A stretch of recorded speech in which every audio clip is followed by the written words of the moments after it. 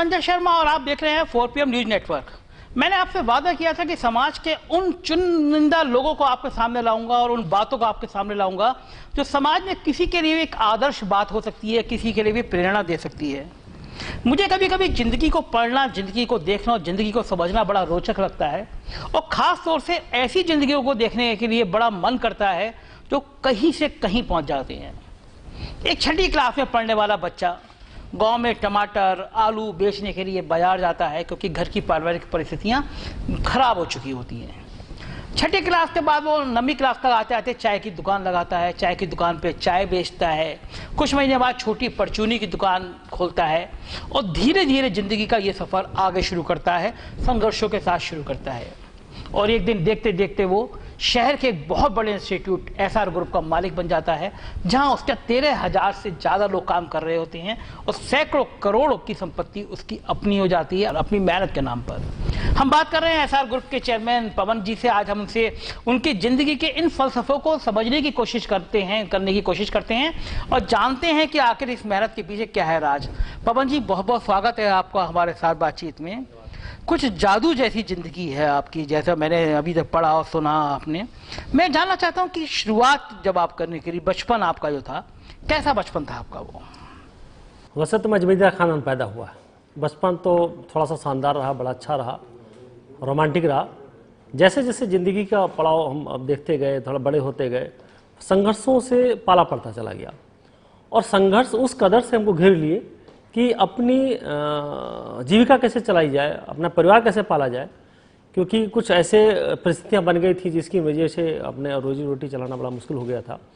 माँ घर में थी, माँ भी हमको इतने बड़े संस्कार दिए और पिताजी थोड़ा सा अच्छा सा नहीं सपोर्ट कर पा रहे थे, तो माताजी ने पूरा अच्छा सा साथ दिया और माताजी ने ज़िंदगी जीने का वजूद सिखाया।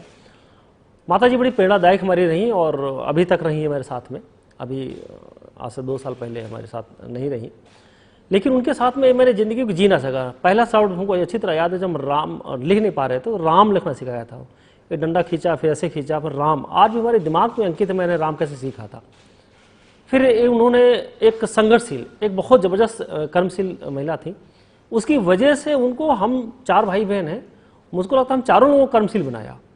और हम इतने कर्मशील बने कि क्लास 6 में हम अपने घर में गाय थी और बैल थे और एक भैंस थी, जिसके लिए हम बढ़िया सा घास लाते थे। और उस ज़माने में एक बरसीम और करबी हुआ करती थी, काट करके सर पर लाता, यहाँ पर मशीन में काटना, तो हम दोनों भाई काटते थे। माँ उसमें मुट्ठा नहीं, उसमें जो उसको लगाया जाता है, तो उसको लगाती थी। बड़ी मेहनत से काटते थे और बड़ा आनंद आता था। शाम को जो भी कुछ रहता था घर में, रूखा सूखा खाते थे। ये भी हमको याद है कि मैंने 6 महीना जो बाजार से खरीदी ही सब्जी नहीं खाई मैंने, क्यों? इतने पैसे नहीं थे हमारे पास। जो हमारे घर में चना मटर सब हुआ करते थे उस ज़माने में, तो उसी की सब्जी, उसी की दाल, उसी की रोटी, बढ़िया सा नमक मिर्चा लहसुन वाला। ये वो दौर था जब आप लगभग छठी क्लास में आ चुके थे? हाँ, जब क्लास 6 में थे। और उस समय में आपके पास सब्जी बाहर से खरीदने के पैसे नहीं थे। हाँ। फिर क्या किया? तो फिर उसके बाद में जब मैं क्लास 6 में थोड़ा सा 7th में आया, 7th में फिर ये सब्जी बेचने का काम भी आपने? सब्जी, हाँ। फिर उसके बाद में हमारे खेती थी हमारे पास, उसमें फिर हमने वेजिटेबल्स सब्जियों को उगाना शुरू किया। खरबूजा वगैरह, तो हमारा बक्सला बड़ा मशहूर खरबूजा हुआ था, हमारे मिट्टी का बड़ा अच्छा खरबूजा हुआ करता था, तो उससे खरबूजा निकलना शुरू हुआ। फिर ये सब चीज़ें हम लोगों ने बोना शुरू किया। फिर एक जब वेजिटेबल्स में आए तो हमारा प्रॉफिट ऑफ मार्जिन और पैसा बढ़ने लगा।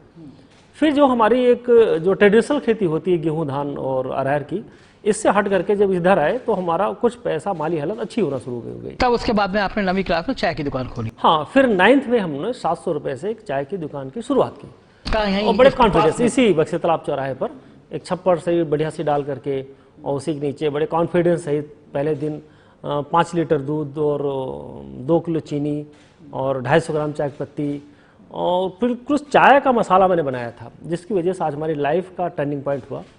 लोग सभी चाय बनाते, हम भी चाय बनाते थे। उस वक्त चाय बिकती थी 30 पैसे की, मैंने चाय का रेट कम किया 5 पैसे, दूध की मात्रा बढ़ा दी, 25 पैसे चाय बेचना शुरू किया। अच्छा, 5 पैसे कम करके 25 पैसे? हाँ, ताकि लोग जो 2 चाय, तब 58 और 54 और रुपए का मामला हुआ करता, मतलब ज़माना था, तो लोग, हम देखते थे कि अगर 2 चाय पिए 60 पैसे उसने देना पड़ता, तो 10 पैसे को खलते थे। 50 पैसे कम बढ़ता, तो मैंने 50 पैसे 2 चाय प्लस जो भी अवभगत पानी वानी बढ़िया पिलाता था और एक अखबार 2 रखते थे 2 लेते थे, तो वो पढ़ता था और बढ़िया चाय पीता था और बड़े सेटिस्फैक्शन मिलता था जब वो तारीफ करता था कि भैया चाय बहुत अच्छी बनाई थी। चाय खुद बनाते थे? हाँ, चाय खुद बनाते थे और चाय का जो ब्लेंड मसाला था हमारा वो इस पर रोड मशहूर हो गया हमारा। अच्छा।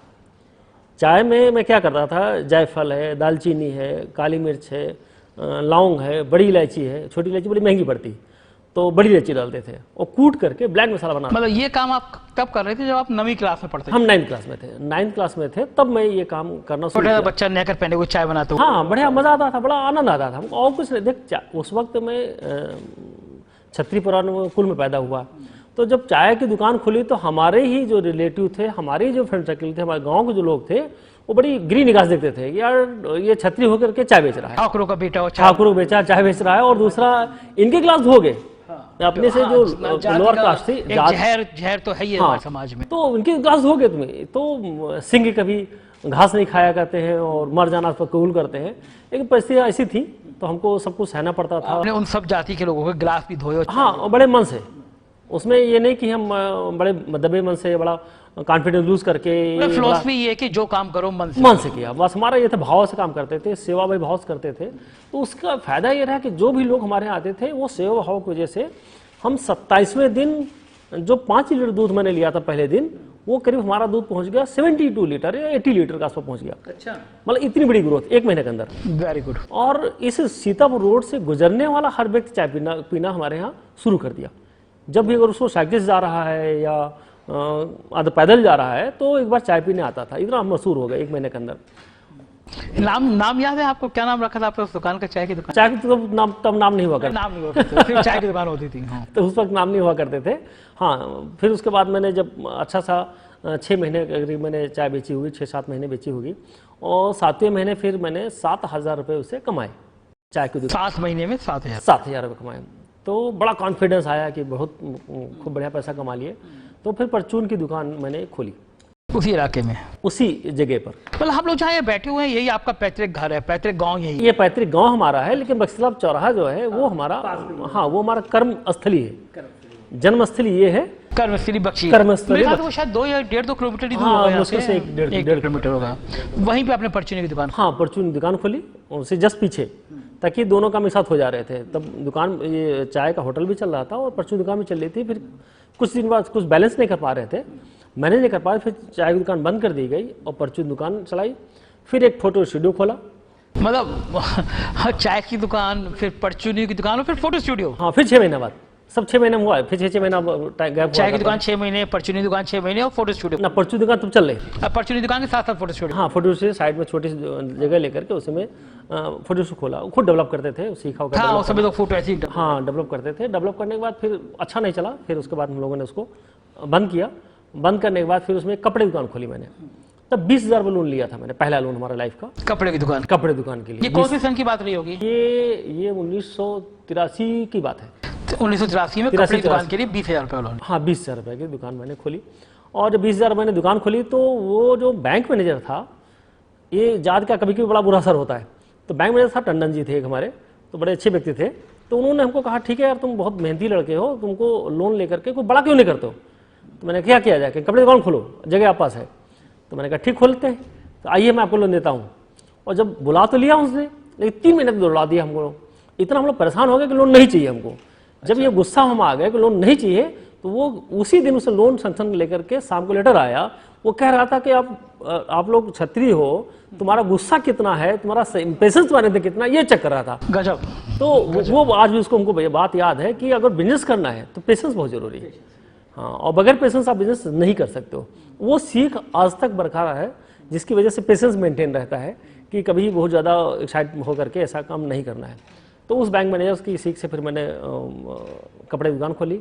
कपड़े दुकान बहुत अच्छी से चली हमारी। फिर उसके बीच में 3 साल चलने के बाद में फिर पिताजी हमारे नहीं रहे।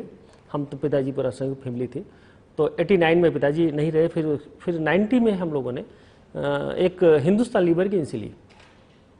एक तो बड़ी काम हुआ करता था, और Hindustan Lever agency multinational company हुआ करती थी उस वक्त, बड़ी बात थी। हाँ, उस वक्त बड़ी बात थी। फिर इतना अच्छा काम मैंने चलाया कि और मल्टीनेशनल कंपनियों ने हमसे टाई अप करना शुरू कर दिए, खुद उन्होंने अप्रोच किया, मैं नहीं गया उनके किसी पास। फिर बुरबान हमारे पास आई, फिर लिप्टन हमारे पास आई, फिर ISP इंडियन सीमेंट प्रोडक्ट्स जो है वो हमारे पास आए। भाई 4 एजेंसी हमारे पास हो गई। जो मल्टीनेशनल बड़ी कंपनियां होती हैं उसमें मैंने अगले 6 महीने में लगभग मैंने एरिया टॉप किया, फिर अगले 6 महीने में मैंने डिस्ट्रिक्ट टॉप किया, फिर यूपी टॉप किया, फिर इंडिया टॉप किया, फिर एशिया टॉप किया। गजब। एशिया टॉप करने के बाद ये सब काम 12-14 महीने के अंदर हुआ है।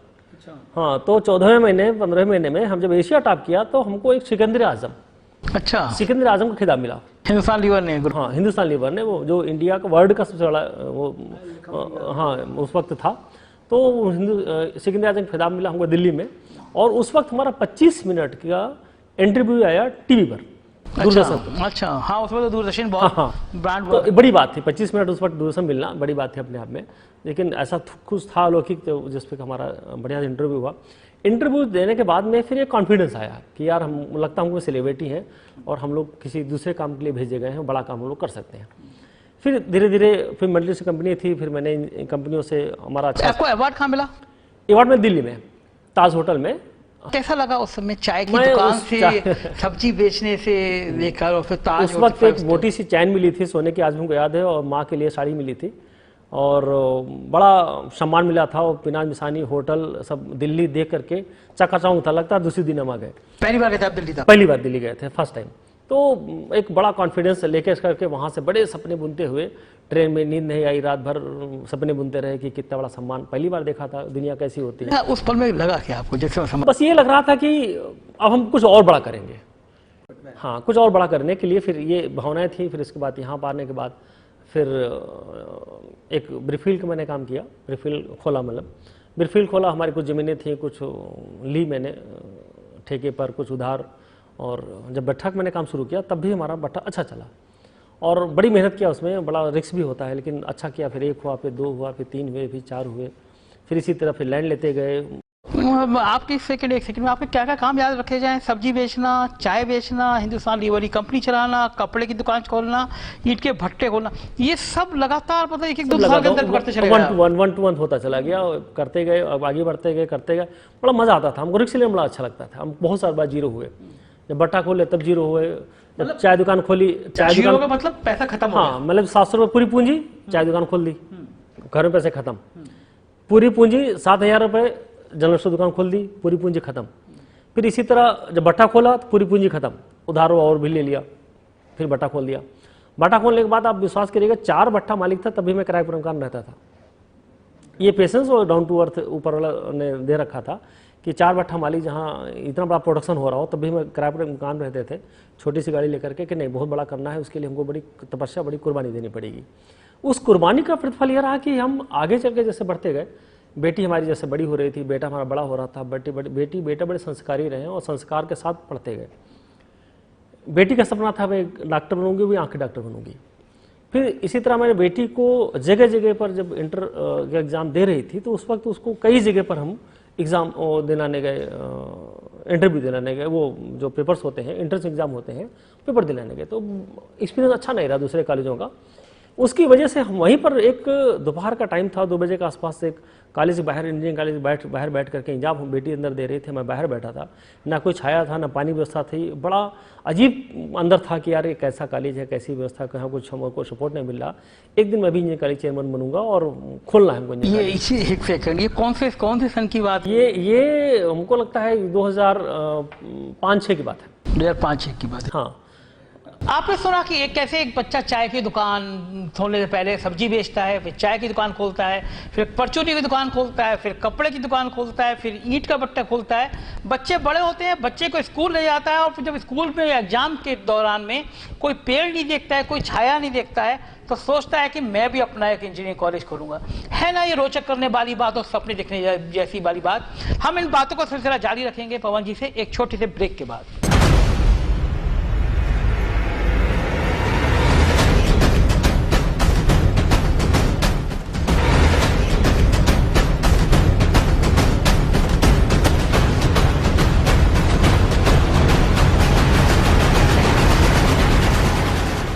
ब्रेक के बाद एक बार फिर स्वागत है आपका और मुझे यकीन है कि आप उत्सुक होंगे कि एक ऐसे बच्चे की कहानी सुनने के लिए कि वो कैसे एक सब्जी बेचते बेचते सैकड़ों करोड़ का मालिक बन बैठा।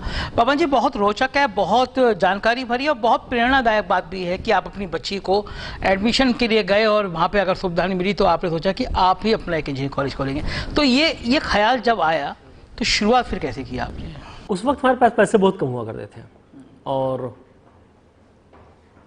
ज़मीन थी हमारे पास, तो मैंने सोचा कि कुछ बैंक से लोन लेकर के गए, बैंक मैनेजर से मैंने बात किया, उन्हें बताया कि ये इतने बड़ा प्रोजेक्ट है और इतना लोन लेना पड़ेगा, उसका इतना इंटरेस्ट हुआ।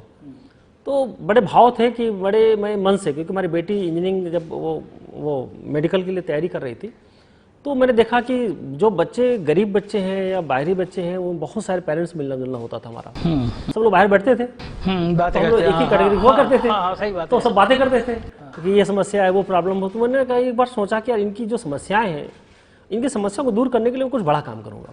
फिर इंजीनियरिंग का जो परिकल्पना हमारे अंदर आई, तो पैसे थे नहीं, पैसे थे नहीं होने के बाद मतलब हुआ, फिर मैंने सीरियस बात किया, प्रोजेक्ट रिपोर्ट बनाया उसने। फिर जब बनाने के साथ साथ उसने ये बताया कि ये पर ईयर इतनी इंटेक होता है, 240 का शुरुआत होती है, 240 सीटें मिलेंगी पहली बार, फिर 60 सीटें बढ़ती हैं, लेकिन AICTE का नियम बदल चुके थे और बल्क में एडमिशन मिलना शुरू हो गया हमको। जो इंटेक था जहाँ 60 होना था वहाँ 180, तो हमारा भी पहले साल से 240, फिर जब तक का मैंने जितनी भी इंटेक बढ़ता चला गया उतनी फुल सीटें बढ़ती चली गई। तो सबसे शुरुआत आपने इंजीनियरिंग कॉलेज से करी? Engineering college. अच्छा, ओके। इंजीनियरिंग कॉलेज खोला, फिर वो MBA खोला, ये जिसका नाम है SR institute of management and technology. हाँ, ये सबसे शुरुआत की हाँ। इसमें आज की तारीख में 3600 स्टूडेंट हैं, 600 कर्मचारी हैं। ये फिर आपने क्या किया? बहुत बड़ी बात है कि आज 3600 छात्र हैं और 600 लोग रोजगार आपके कर्मचारी काम कर रहे हैं। फिर आपने अपने CA से बात करके लोगों से लोन इकट्ठा किया, पैसे इकट्ठा किया हाँ इसको खोलने के लिए। हाँ जी। फिर 2010 में मैंने एक MBA कॉलेज डाला। ये शुरुआत हुआ था 2009 में खोला इंजीनियरिंग कॉलेज, 2010 में खोला MBA कॉलेज। अच्छा, SRM business school. SRM business school. जी जी। इसमें 1100 छात्र हैं और 170 कर्मचारी हैं। हाँ, बहुत अच्छी उपलब्धि तो है। इसमें काफ़ी बच्चे उस वक्त आए और व्यवस्था सिस्टम बनता चला गया और सारी सीटें हमारी फुल रही। उस वक्त बड़ा अच्छा हमारा 720 का इंटेक था हमारे पास और बहुत ही बढ़िया सा कॉलेज चला और बहुत बढ़िया प्लेसमेंट हुआ। उसका इतना बड़ा नाम हुआ पूरे प्रदेश भर में कि हमको लगता है पूरे स्टेट का सबसे बड़ा इंटेक था। अच्छा, स्टेट का वेरी गुड, सबसे बड़ा इंटेक हमारे पास, सबसे ज़्यादा बच्चे हमारे पास, और उसकी पूरी ख्याति पूरे प्रदेश में फैली, हमारी प्रदेश और देश में, जिसमें करीब 11 स्टेट के बच्चे हमारे यहाँ आज की डेट में पढ़ रहे हैं। 11 राज्यों के बच्चे आते हैं। कहाँ के बच्चे हैं? ये हमारा जो बच्चे आ रहे हैं, मैक्सिमम बच्चे उत्तरांचल से आ रहे हैं, और इधर रांची हो गया, बिहार हो गया, मध्य प्रदेश हो गया और बंगाल हो गया, वेस्ट बंगाल से काफी बच्चे हमारे यहाँ। अच्छा। और आपको जानने बड़ा ताजुब होगा, हमारे यहाँ जम्मू एंड कश्मीर से काफी लड़कियां पढ़ने आई। अच्छा, जम्मू एंड कश्मीर से लड़कियां पढ़ने, और वो लड़कियां यहाँ की भाषा बोल नहीं पाती हैं, बहुत ही थोड़ा वहाँ की भाषा बोलती हैं। तो ये बच्चों का जो माहौल है बड़ा अच्छा बन गया है। हाँ, सब राज्यों के बच्चे, हाँ, सब राज्यों के बच्चे हैं और उनकी भाषा है जो समझते नहीं, फीलिंग समझते हैं, तो बड़ा आनंद आता है और ये सब देख करके बड़ा अच्छा लगता है। हमारा हॉस्टल फिर मैंने डाला, 450 करीब गर्ल्स हमारे पास आज की डेट में है, 450 बच्चियां पढ़ती हैं और करीब 700 बॉयज़ हैं। हाँ, करीब 1150-1200 बच्चे हमारे पास हॉस्टल में हैं और छोटे बच्चों। फिर इसके बाद मैंने 2014-15 में मैंने SR global school. Oh my God, इसमें तो 8300 बच्चे हैं और 850 कर्मचारी काम कर रहे हैं। इससे पूरे स्टेट का किसी एक ब्रांच में सबसे ज्यादा बच्चे। ओह माय गॉड, ये इंटरमीडिएट तक का है स्कूल और एक ही ब्रांच में? एक ही ब्रांच में 8000 बच्चे, जो पूरे स्टेट में 4 साल में क्या आज तक कभी नहीं हुए। पवन जी, जैसे देश आजाद हुआ 70 साल से लेकर आज तक किसी एक ब्रांच में, बहुत बड़ी बात है कि किसी इंटरमीडिएट की एक ब्रांच में बड़ी कृपा है ऊपर वाले की सब इतना है। बहुत अच्छा, इतने बच्चों की सेवा करने का मौका मिल रहा है, तो इससे अच्छा क्या हो सकता है। इसका और बड़ी बात यह है कि मैं संस्कार पर शिक्षा दे रहा हूँ। उसका प्रतिफल ये है कि यहाँ से 70 किलोमीटर दूर जो बिस्वा, सीतापुर, हरदोई, नैमिष, मिश्रिख, यहाँ से बच्चे अप एंड डाउन करते हैं। मतलब निमिष यानी 80-90 किलोमीटर दूर से रोज बच्चे आते हैं रोज जाते हैं। तो जाते कैसे आते हैं? ट्रांसपोर्ट से। कैसे मतलब आज हमारी बसें करीब काफ़ी बसें हमारे पास हैं, करीब 124 बसें हैं और करीब 100 करीब वैनें होंगे हमारे पास। 124 बसें आपकी अपनी? 200 बस गाड़ियाँ 200 टोटल गाड़ियाँ केवल बच्चों को लाने बच्चों लाने ले जाने के लिए। अच्छा, बहुत तो ये बड़ी अपने भाग्यशाली समझता हूँ कि 6 साल से लेकर के और 15 साल के 16 साल के बच्चे जो आते हैं वहाँ से इतनी दूर पढ़ने, तो मुझको लगता है कि हिंदुस्तान में एक इकलौता कॉलेज ऐसा होगा जहाँ पर 150 किलोमीटर बच्चा पढ़ रहा है। रोज आना 100 किलोमीटर रोज आना जाना बहुत बड़ी बात है। वो भी जो बच्चा मान लीजिए किसी नैमिष से आता है या विश्वास आता है तो वहाँ से साइकिल चला के पहुँचता है नैमिष, 10 किलोमीटर 12 किलोमीटर जरूर हमारे यहाँ तक पहुँचता है। बहुत अच्छा। तो मैंने एक बच्चे हमारे एडमिशन लेने आया, अभी इसी साल लेने आया था, तो मैं उसको एडमिशन ले रहा था कि अब तुम्हारे मार्क्स बहुत कम है, हम कैसे तुम्हारे PCM दे देंगे। तो कहने लगा, वो रोने लगा, कह सर आप नहीं जानते हैं कि मैं आपके स्कूल में कितनी तपस्या करके आया हूँ। बताने लगा ऐसे हल्के आँख में आंसू लेते हुए कि सर मैं नैमिष से आपकी बसें चलती हैं और मैं नैमिष जब पहुँचता हूँ तो मैं 18 किलोमीटर साइकिल चला के आता हूँ। सुबह 18 किलोमीटर सुबह 18 किलोमीटर साइकिल चला के आता है नैमिष, या फिर वहाँ से हमारे बस पे बैठता है, बस से यहाँ तक पहुँचता है और कहा तब मैं आपके यहाँ स्कूल में ले रहा हूँ। ये गारंटी लेता हूँ, जैसे आप बता रहे हैं कि हमारे बहुत मार्क्स कम हैं, लेकिन सर हमारे एबव 90% मार्क्स आएंगे पहले टेस्ट में। अरे वाह। मैं बहुत अच्छा स्कॉलर हूँ, बहुत प्रतिभाशाली हूँ, वहाँ पर हमारे टीचर अच्छे नहीं मिल पाए इसलिए मार्क्स कम हमारे आए। मैं उसकी बातों पर यकीन किया, आज हकीकत में वो आज बच्चा टॉपर है। वो अच्छा 90 कर रहा है तो 95% मार्क्स लेकर आया वो। कितना अच्छा है, बहुत अच्छा। अब लगता है कि ये जीवन सार्थक हो रहा है। इन बच्चों को, जो छोटे बच्चे इनको संस्कार पर जो शिक्षा दे रहे हैं, उसका प्रतिफल ये बैठ रहा है कि हकीकत में लगता है कि हमारा जन्म इन बच्चों की सेवा करने के लिए किया गया है, इसलिए इतनी बढ़िया सेवा करने के भाव बन पा रहे हैं। पूरा मैं देख रहा हूँ, आपने चार्ट मिला है, लगभग 13,500 छात्र और लगभग 5,000 कर्मचारी। पवन जी, बहुत बड़ी बात है कि आप 5,000 परिवारों को जीवन यापन आपके इंस्टीट्यूट से हो रहा है। और सबसे बड़ी बात यह है कि इतनी छोटी सी शुरुआत करके फिर यहाँ तक पहुँचना। इसके अलावा स्किल डेवलपमेंट में भी आपने काफ़ी अच्छा काम किया। स्किल डेवलपमेंट प्रधानमंत्री और मुख्यमंत्री दोनों का बड़ा महत्वाकांक्षी है। आपके यहाँ के जो स्किल डेवलपमेंट सीख के गए थे बच्चे, इनका प्लेसमेंट हो पाया? हाँ, इनका प्लेसमेंट भी हुआ। कुछ बच्चों ने रोजगार खुद का कर लिया। अच्छा। बहुत सारे बच्चों को मैं रोजगार एंटरप्रेन्योर बड़ा काम करता हूँ। मैं हमारे सहकार भारती से मैंने कभी कार्यक्रम कराते रहते हैं जहाँ पर बहुत ही कम लागत में 50,000, 1,25,000, 10,000 में अपना बिजनेस शुरू किया जा सकता है। अच्छा। तो उसके लिए मैं ट्रेन करता हूँ और फिर उनको मुहैया प्रोवाइड करता हूँ। फिर बैंक से मैं गारंटी बनता हूँ और गारंटी लेता हूँ और एंटरप्रेन्योर बना रहा हूँ। हमारा मेन मुद्दा बच्चा है कि हर बच्चा में एंटरप्रेन्योर बने, हर बच्चा लोगों को रोजगार देने का एक जरिया बने। कितना अच्छा, रोजगार करने का, रोजगार देने जरिया बने। बहुत बढ़िया। संस्कार परक शिक्षा दे रहा हूँ, इसीलिए स्पोर्ट्स में भी बड़ा काम करता हूँ, म्यूजिक में भी करता हूँ, डांस में भी करता हूँ, सारी दिशाओं में काम करता हूँ, तब एक आनंद आता है। आप तो बिल्कुल जादू जैसी जिंदगी है। मैंने यहाँ पर मुझे पता चला आपने तो मूवी भी बना डाली। अवधी फिल्म है। हाँ। नदिया के पार पहली अवधी फिल्म बनी है जो छल कबड्डी बनी है। छल कबड्डी। हाँ, छल कबड्डी। और ये हमारी अपने साथ साथ में बेटी बड़ी मेहनत करती है। बेटी हमारी आई सर्जन है, आँख की डॉक्टर है। और वो भी कम से कम हजारों ऑपरेशन फ्री करती है। अच्छा। मोतियाबिंद के कॉन्ट्रैक्ट के ऑपरेशन सिर्फ 500 पर रजिस्ट्रेशन करवाती है और उसमें बढ़िया ऑपरेशन करती है। अच्छा। हजारों तादाद में पर ईयर। अच्छा। फ्री मुफ्त में आप सीखा है बच्चों ने? हाँ, बच्चे उसकी बच्चों की अपनी कैपेबिलिटी है। बेटे ने एक माल डाला है जो उत्तर प्रदेश का पहला है जो 24/7 माल खोलता है।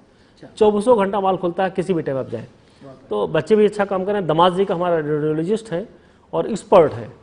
किसी भी जो क्रिटिकल पेशेंट आते हैं और कोई भी डॉक्टर, मैं किसी हॉस्पिटल नाम नहीं लेना चाहता हूँ, लेकिन एक्सपर्ट रिपोर्ट हमारे दामाद जी जो हैं वो अच्छे रेडियोलॉजिस्ट हैं, वही एक्सपर्ट रिपोर्ट बनाते हैं। तो आप कभी आप अगर तस्वीर को मुड़ के देखते हैं तो आपको नहीं लगता कि सपने जैसी जिंदगी आपकी संभव? सपनों से भी नहीं देख सकता था। आज भगवान ने जितनी सभी बातों सपने भी मैं नहीं देख सकता था कि भगवान साक्षात खड़े जाते हैं कि भैया मांग लो, तो वही मैं नहीं कर पाता। ये सबकी दुआएं हैं। तो बहुत अच्छा लग रहा है पवन जी कि जिस जगह पे आप हैं, किसी जगह ये वही जगह है जहाँ पे आपने एक कुछ दिनों में आलू सब्जी टमाटर भी, और बड़ा अच्छा हुआ कि आप शहर की तरफ नहीं गए, आपने इसी पूरे इलाके को डेवलप किया। मतलब आप चाहते तो शायद आजकल हर आदमी गोमती नगर या लखनऊ के पौष इलाके में जाता है, लेकिन जहाँ आपकी कर्म भूमि रही, जहाँ आपने सब्जी बेची, जहाँ आपने चाय की दुकान चलाई, जहाँ आपने व्यापार किया, पर्ची, आपने वहीं पूरा इलाके को डेवलप कर दिया। मैं तो देखता हूँ पूरा इलाका अब आपको आपके संस्थान के नाम से जानता है। तो कैसा लगता है आपको? एक प्राउड फील होता है कि मैं लोगों को रोजगार देने के माध्यम बनाने वाला सब ऊपर वाला, माध्यम मैं बना हूँ, इस बात का लाभान्वित होता हूँ। और अभी हमारी नई शादी, अपनी हमारी बेटे की शादी हुई है, बहुरिया आई है, वो भी बहुत मेहनती है और बड़ी सरल सहज है।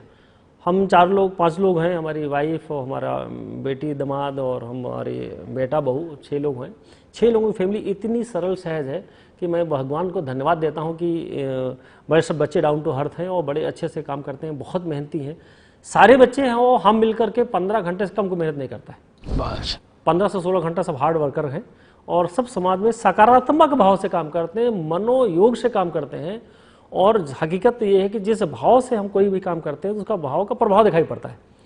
तो चाहे हम हैं, चाहे हमारे बच्चे हों और चाहे हमारे स्टूडेंट्स हों, चाहे मेरी फैकल्टी हो, फैकल्टी बहुत टॉप लेवल रखा हूँ, स्टूडेंट उसी तरीके से अपने आप को प्रेजेंट करता है। तो जितना अच्छा शिष्य, मतलब जितना अच्छा गुरु होगा उससे ज़्यादा अच्छा शिष्य होता है। तो हमारे फैकल्टी और स्टूडेंट गुरु शिष्य की जो परंपरा को मैंने जीवित रखा हूँ, उसकी वजह से जो संस्कार हमारे यहाँ से निकल रहे हैं, हमारे यहाँ बच्चे का ताजुब करेंगे, परिवार तरफ पल बढ़ रहा है। हमारा संस्थान कोई स्टूडेंट या इंजीनियरिंग कॉलेज या स्कूल नहीं है, एक परिवार के तरह उसमें अपनी अपनी जिम्मेदारी निभाते हुए सारे आगे बच्चे बढ़ रहे हैं। तो हर बच्चा हमारे यहाँ एक संकल्पित है बड़ा करने के लिए, देश के लिए, परिवार के लिए, समाज के लिए। और सबसे बड़ी बात है कि अभी हमारा 16 तारीख को इंजीनियर डे आ रहा है, हमारे को 2000 प्रोजेक्ट बनेंगे। अच्छा, 2000 प्रोजेक्ट बनेंगे, हर बच्चा प्रोजेक्ट बनाएगा और अपने मन से प्रोजेक्ट बनाते हैं, वो महीने से प्रोजेक्ट बनाते हैं और इतने अच्छे प्रोजेक्ट बनाते हैं कि वो शायद जो आईटीएन मैं बुलाता हूँ उनको यहाँ विजिट करने के लिए, या बहुत सारे लोगों को बुलाता हूँ, बड़ा अप्रिशिएट करते हैं। तो हम आई एम वेरी लकी कि हमारा पूरा परिवार पल बढ़ रहा है। इतनी ऊर्जा कहाँ से लाते हैं आप? बस हमको लगता है कि ये जो भाव का प्रभाव होता है, बच्चे बड़े मन और योग से, बड़े भाव से काम करता हूँ, मेहनत करता हूँ, तो उसका प्रतिफल रहता है कि एनर्जेटिक बना रहता हूँ।